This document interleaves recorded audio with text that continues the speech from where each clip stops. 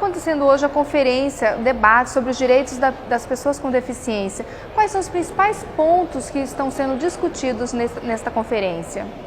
Essa conferência é a terceira Conferência Estadual da Pessoa com Deficiência e o tema central da conferência é o seguinte: a Convenção sobre os Direitos da Pessoa com Deficiência da ONU, novas perspectivas e desafios. O que é essa Convenção da ONU? Essa convenção é um tratado internacional que foi aprovado pelo Brasil com status de emenda constitucional. O que quer dizer isso? Que esta convenção, ela faz parte desde 2009, através do decreto 6949 de 2009, ela foi inserida no texto da nossa Constituição e faz parte desse arcabouço constitucional. Certo. Então, esses pontos estão sendo discutidos. O que vocês esperam? Esses pontos que estão sendo discutidos são os pontos da Convenção, que foram divididos em 4 eixos. Eixo educação, esporte, que é o primeiro eixo, educação, esporte, trabalho, reabilitação profissional, que foi já discutido ontem. O eixo 2, que é acessibilidade, informação, comunicação, também discutido ontem. O eixo 3, que foi saúde, órtese e prótese, também discutido ontem.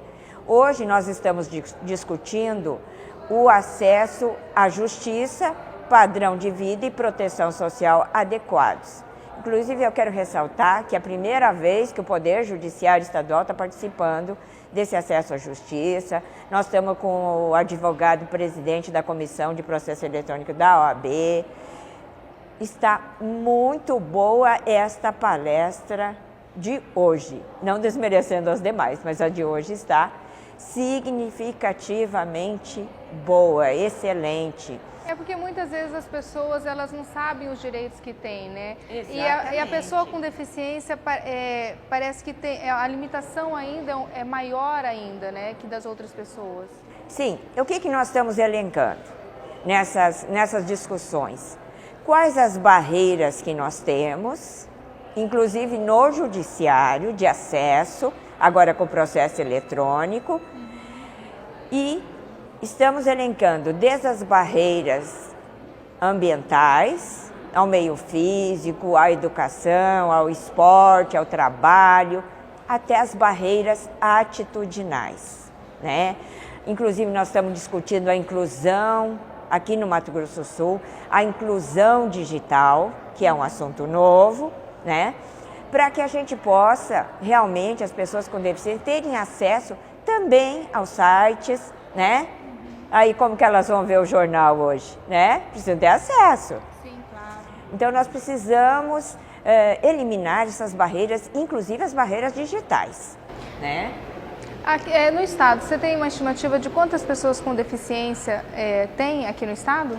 Nós temos, pelo censo 2010, nós temos, apurado por esse censo, 182.043 pessoas com deficiência, né? Mas, como esse censo é feito por amostragem, nós ousamos dizer que o número é bem maior.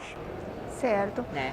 Tá, e como que você vê, como que o Estado ele poderia hoje ajudar na implementação de políticas públicas para poder ajudar o deficiente, para poder ajudar de uma forma que ele possa se locomover, que ele possa se inserir no mercado de trabalho, ou que ele possa ter uma vida totalmente independente? Como que você vê a entrada do Estado neste assunto?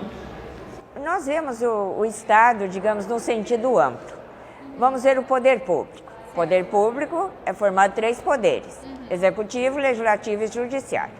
Então, o que nós temos que fazer? Primeiramente, até eu vou dizer a você que nós temos que contar com vocês, da imprensa, porque nós precisamos informar as pessoas como que se processa nós temos que desmistificar este preconceito. Porque as pessoas não sabem como atender uma pessoa com deficiência, né? Não sabem como lidar com a pessoa com deficiência, não sabem que a pessoa com deficiência, ela apenas precisa de meios meios diferenciados, condições diferenciadas para fazer a mesma coisa que o outro faz, né? Não existe, nós temos que tirar esse preconceito. Por exemplo, eu sou uma pessoa cega, né? Eu trabalhei durante 20 anos no Tribunal Regional Eleitoral, concursada, sou advogada, né? O que eu utilizava para fazer o meu serviço? Fui chefe da jurisprudência durante 15 anos, né? Chefiando pessoas que enxergam. Então, o que eu apenas precisei durante esse tempo de minha permanência no Tribunal Eleitoral, que agora eu sou aposentada, eu precisei apenas de um computador com programa com síntese de voz, para fazer o mesmo serviço que as demais pessoas. Então é isso que a pessoa precisa entender. Nós precisamos apenas da tecnologia que a gente denomina de assistiva. Um programa com síntese de voz para a pessoa cega. Para a pessoa surda, o que precisa? O intérprete de Libras, ou se não, uma tecnologia assistiva que lhe permita digitar de um lado, uma pessoa digita de um lado, do outro lado ela vê em Libras, né, na língua brasileira de sinais. Então, existem 1001 tecnologias que as pessoas desconhecem e por esse desconhecimento eu acho que a pessoa não é incapacitada. Mas a incapacidade, eu falei ontem, na abertura da conferência, não é da pessoa, é do meio em que nós vivemos.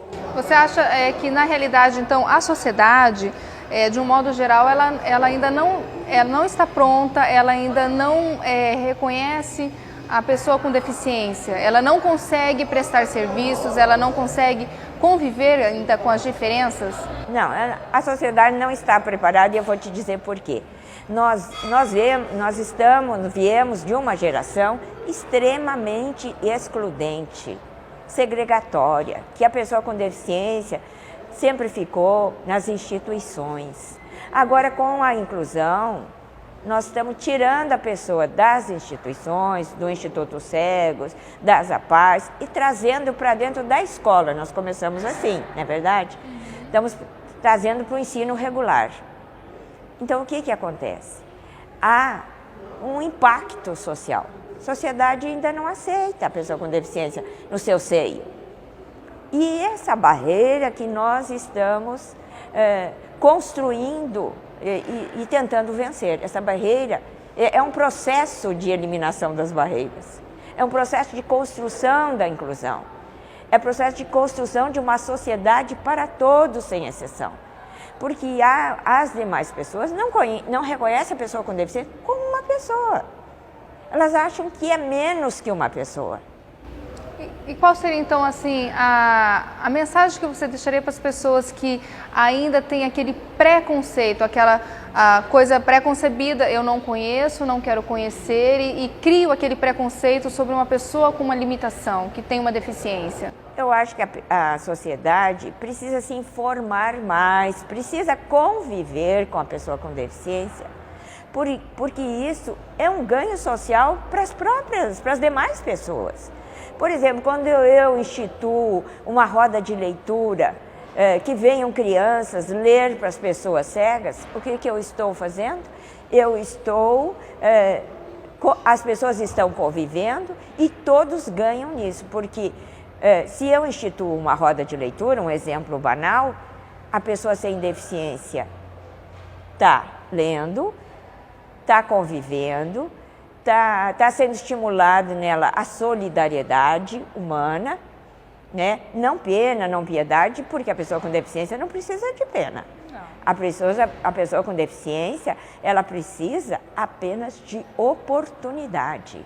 E de meios para poder sobreviver, para poder viver de uma forma independente também. Exatamente. Né? O piso tátil. Tem muitas pessoas que não entendem para que serve aquele piso tátil. Né? O piso tátil, se eu vou no piso tátil, se eu não tenho piso tátil numa calçada, eu tenho que rastrear com a bengala na parede.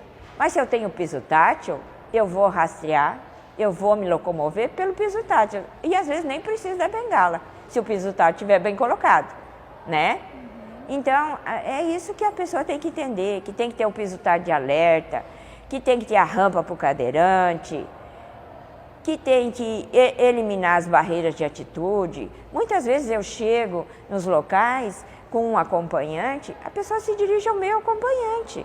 Aí eu falo... Como se você não existisse. Como se eu não existisse, para ver como a pessoa, né, ela elimina a pessoa com deficiência dessa maneira. Então, eu não brigo com a pessoa, eu apenas me dirijo assim, pode falar comigo, eu só sou cega, não sou surda, te entendo perfeitamente, posso dirigir a minha pessoa. Então é isso que a pessoa precisa entender, se dirige a pessoa com deficiência, né? Não faça assim, não torne ela invisível, né? Porque isso aí é uma invisibilidade, isso a gente não se faz com ninguém, né?